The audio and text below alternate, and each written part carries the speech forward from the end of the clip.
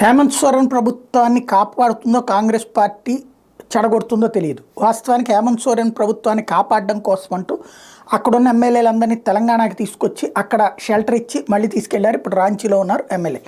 అసలు పాయింట్ ఏంటంటే ఈ ప్రభుత్వం ఎంతకాలం ఉంటుందో తెలియదు. కాంగ్రెస్ ప్రభుత్వం వస్తుందంటూ కాంగ్రెస్ పార్టీకి సంబంధించినటువంటి నాయకులు చేస్తున్నటువంటి వ్యాఖ్యలు ఇక్కడ సంచలనం సృష్టిస్తున్నాయి. The Congress has said that it aspires to form its own government in Jharkhand one day. The comment comes amid major political drama playing out in the tribal state following the resignation of arrested Hemant Soren. ఇది ఈ statement ఇచ్చినటువంటి ఆయన జయరాం రమేష్. ఏనాటికైనా సరే కాంగ్రెస్ ప్రభుత్వం వస్తుంది అన్నటువంటిది. వాస్తవంగా కాంగ్రెస్ ఏం ఎక్స్పెక్ట్ చేస్తోంది?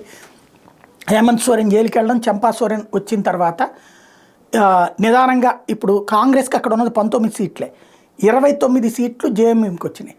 అంటే ఒక 10 తక్కువ ఉన్నాయి. అందులో ఇప్పుడు కాంగ్రెసే షెల్టర్ ఇచ్చింది కదా తెలంగాణలో.